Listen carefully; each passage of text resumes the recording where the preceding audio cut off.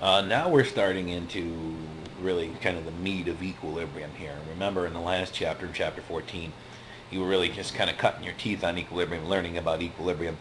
Now we're going to get really deep into equilibrium by beginning our study of acids and bases. And this is chapter 15. It's also half of chapter 16. A very important chapter, both of them. And you're going to be seeing so much equilibrium over the next couple of weeks or so that you're going to be experts in equilibrium. Absolutely. Well, let's take a look at acids. Let's look at some of the characteristics of acids. Acids have a sour taste. They react with certain metals, and when they do, they produce hydrogen gas. They react with carbonates and bicarbonates to produce carbon dioxide. They react with bases to produce a salt and water. This is a very important idea, really something that you really have to keep in mind, that when acids react with bases, they produce a salt and water. They also react with dyes. Bases are basically really kind of the opposite of acids. So they wouldn't have a sour taste. They would actually have a bitter taste. They don't react with metals at all. They don't react with carbonates and bicarbonates. And they definitely do react with acids, though. And when they do, they produce a salt and water. And they do react with certain dyes, only in a different way than acids do. As we said, they have a bitter taste. They react with dyes, and they react with acids to produce salt and water, as we already just said. One thing we didn't say is that they feel slippery when you touch them. That's why soaps feel slippery, because many soaps contain bases. We have talked about the definition of acids and bases previously in the past. One definition, which is a widely used definition, and it's a very good definition, and it has a lot of uses in the worlds of acids and bases, or in the world of chemistry, is the Bronsted or Bronsted-Lowry definition. The Bronsted definition says that an acid is anything that can donate a proton, and a base is anything that can accept a proton. So what we have here is we have some ammonia, some NH3, which is in the gaseous state, and we're going to add that to water. The water is acting like an acid because one of these protons here is going to be donated to the NH3, okay? And the NH3 is acting like a base, and therefore it is accepting the proton. How do we know? Well, if we take a look at our NH3 over here, we see one H here, one H here, one H here, and then we go over to the other side. We have our N with the three H's that we originally had on top, or on the bottom, excuse me, but we notice that we've got something on top here, and that something is the added proton. Of course, as you all know, a proton is really just a hydrogen ion, or maybe I shouldn't say really, maybe I should say it in this way. A hydrogen ion is really a proton. And since most hydrogen consists of one proton and one electron, when we remove the electron, well, we have hydrogen, which we converted into an ion. But since you remove the electron, what's left? What's left is a proton. So we can look at the transfer of the proton as really the transfer of a hydrogen ion. And so we know that nitrogen has the three hydrogens here, and it actually has, although it's not shown, a pair of electrons sitting right on top of here where this nitrogen is. And one of these hydrogens comes off, just the proton now. The electrons stay with the rest of the molecule. So the two electrons that are represented by this stick, one of which came from the hydrogen, and the other of which comes from the oxygen, those two electrons actually stay on the oxygen. So just the proton comes off, and there's this nice pair of electrons sitting up here, right here, and that proton is attracted to that pair of electrons, and it actually forms what's called a coordinate covalent bond. That's a coordinate covalent bond. It's a covalent bond in which instead of one electron coming from one atom and the other electron coming from the other atom, both of the electrons in the bond are coming from one of the atoms. So both the electrons in this bond comes from the nitrogen in the NH3. And so the proton gets pulled off, and bonds with those two electrons, and now it becomes NH4 with a plus charge. Why is it a plus charge? Well, we just added a positive proton to it. So we went from something which was neutral before, something now has an extra proton on it. So an NH4 positive. Of course, as we said, the water is going to lose an electron, and therefore, the water is going to lose the proton. Sorry, I was getting a phone call in the middle of this. The proton being removed, these two electrons stay here on the oxygen, and now it becomes an OH with a negative charge. So, this acts like an acid, donates a proton to the NH3. The NH3 acts like a base, accepting that proton. But we see, my friends, that we have an equilibrium symbol in between, and so what it's telling us is that the reaction is happening in the forward direction, but it's also happening in the reverse direction. So if we look at it from the reverse direction, the NH4 plus goes back to becoming NH3. Well, how does it do that?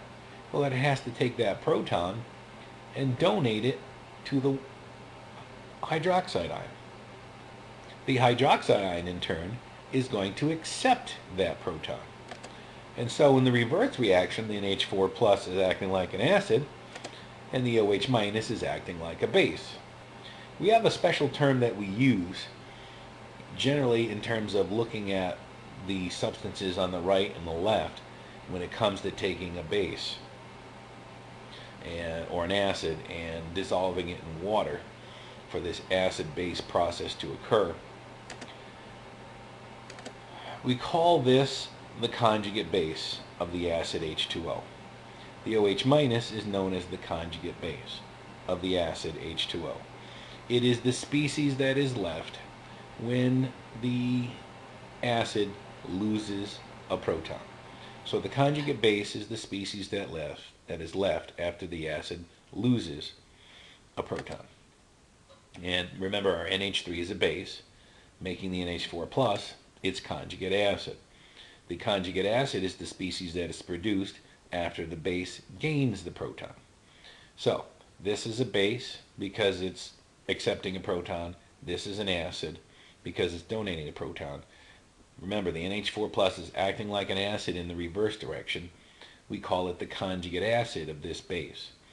And the OH minus is acting like a base in the reverse direction, making the conjugate base of this acid.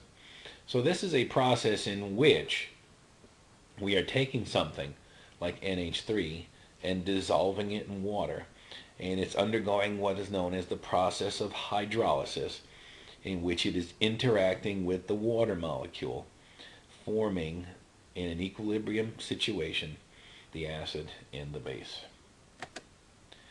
Acid-base properties of water. Water has the ability, believe it or not, to act like both an acid and a base. If we go back to this previous slide, we saw NH3 acting like a base and water acting like an acid. In other situations, we might dissolve something like hydrogen fluoride, and the hydrogen fluoride will act like an acid, and the water would act like a base. It would undergo a similar hydrolysis process, only the water, instead of acting like an acid, would accept the proton and act like a base. And the HF that we were talking about would actually donate the proton and act like an acid. So under certain circumstances, water can act like an acid, and under other circumstances, water can act like a base. Water is said to be amphoteric, meaning basically it can act like an acid and the acid act like a base. And that term again was amphoteric. So since water can act like an acid under certain circumstances and a base under other circumstances, we see that water, therefore, it is possible that water can act like an acid and a base. So a water molecule could react with another water molecule and form, and one could act like an acid, the other one act like a base, and in the process, the H plus from one water molecule is donated to the second water molecule, forming what is known as the H3O plus ion, which is the hydronium ion, that's H3O plus ion, and forming the hydroxide ion. We break it down into something that looks like this, and it's called the auto-ionization of water. Technically what's happening is a second water molecule, which is not shown here, is donating a proton to the H2O, causing it to form the H3O plus ion, which is the hydronium ion. And since the other water molecule has lost a proton, what's left is OH minus. And so what we like to do, or what they like to do, is they like to break it down and simplify it, not show the second water molecule, and just say, let's look at it this way, as if one of the protons of the water molecule was being removed, and what's left is the OH minus. And so we're looking at it just from the standpoint of the hydrogen ion, or the proton, and what's happening with it. And this is known as the auto-ionization of water. And so you see in this diagram right here that they do a little better job of showing what's going on. This water molecule is reacting with this water molecule. One of the protons from one of the water molecules, doesn't really matter which one, is being donated to the other water molecule, causing it to become this species right here, the H3O with a plus charge, which we said earlier is known as the hydronium ion. And what's left is the OH minus ion. See? Well, you're going to use this arrow, and he's kind of showing you that this is the hydrogen that's coming off. It really doesn't matter which water molecule is the acid and which water molecule is the base. And so in the process, this pair of electrons is attracted to this proton, and this pair of electrons goes onto the oxygen atom. So therefore this hydrogen is going to come off, and we're going to form the hydronium ion and the hydroxide ion. And this is true in water. All water does this. The water that you're drinking right now, probably as you're watching this video, because they know they make you thirsty, has the auto-ionization process taking place, in which the hydronium ion and hydroxide ions are present in your water. And so here's an equation again that represents this, and this is a chemical equation. But again, as we said, we often like to look at it simply. We eliminate one of the water molecules and look at it simply from the standpoint of the hydrogen ion being removed, even though we know it's donated to another water molecule. And then what's left is the hydroxide ion, the hydroxide ion. And of course, see, there's water acting as an acid, and the OH minus on this side is its conjugate base, and the other water molecule is acting like a base, and the H3O plus on this side is its conjugate acid. Because remember, this reaction is reversible, and when it is in equilibrium, when it establishes equilibrium, we've got the reverse reaction taking place at the same time and at the same rate. And this is acting like the base, and this is acting like the acid. This hydrogen ion, or the proton, is being donated to the OH minus to form the water molecules. Ion product of water. So, as we said, looking at this particular equation from the standpoint of just the movement of the proton, we can write this equation for the auto-ionization of water. And of course, because it has an equilibrium established here, we can write the expression for the equilibrium constant, the K sub C, which would be OH minus times the H plus concentration divided by the H2O concentration. Now you remember from chapter 14, we do not put liquids and solids in the K sub C value. So this H2O can't stay here. We're going to take that concentration and we're going to multiply it times the K sub C here, because remember we said liquids and solids, basically their concentrations stay constant. So we're going to take the K sub C, multiply it times the concentration of H2O, which we technically don't have to do, it's just kind of done for us.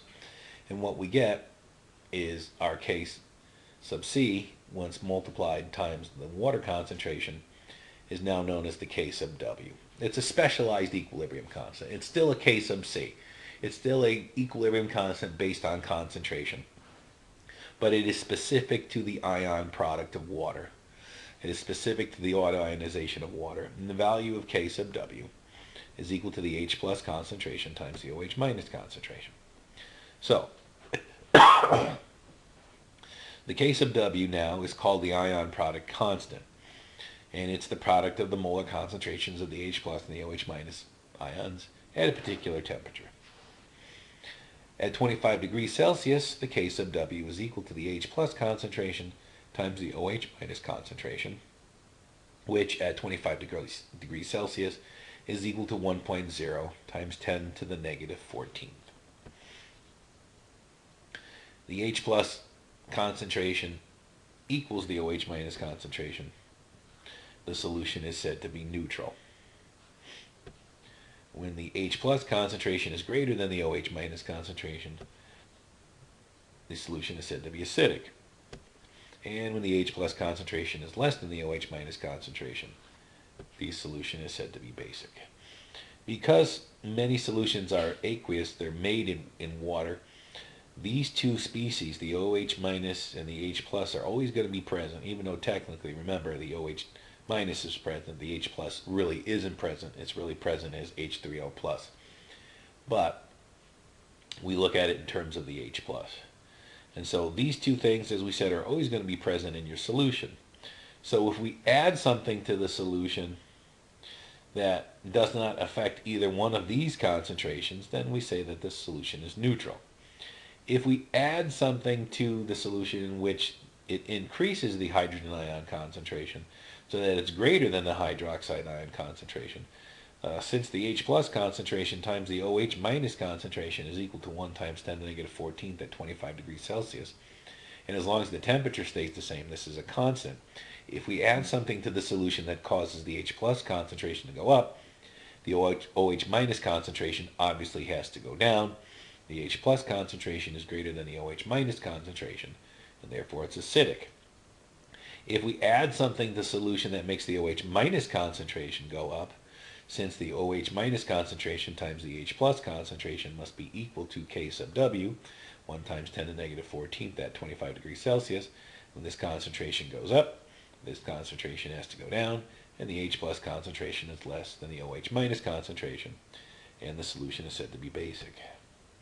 So, if you'll excuse me, let's do a problem here, and I think we're going to end this video, and then you can watch it, and when you're ready, move on to the next after you try the problems. What is the concentration of OH minus ions in an HCl solution whose hydrogen ion concentration is 1.3 times 10, just 1.3 m. Sorry about that. So the K sub W is equal to the H plus concentration times the OH minus concentration, which, of course, assuming it's at 25 degrees Celsius, is 1.0 times 10 to the negative 14th. So the H plus concentration, as we know, according to the problem, is 1.3 moles per liter. And, of course, we rearrange the equation above so that we solve for the OH minus concentration, plug in the K sub W, plug in the H plus concentration, and it comes out that the OH minus concentration is a very low 7.7 times 10 to the negative 15th moles per liter. Okay, so we're going to stop here, and we're going to take a look at pH on another day.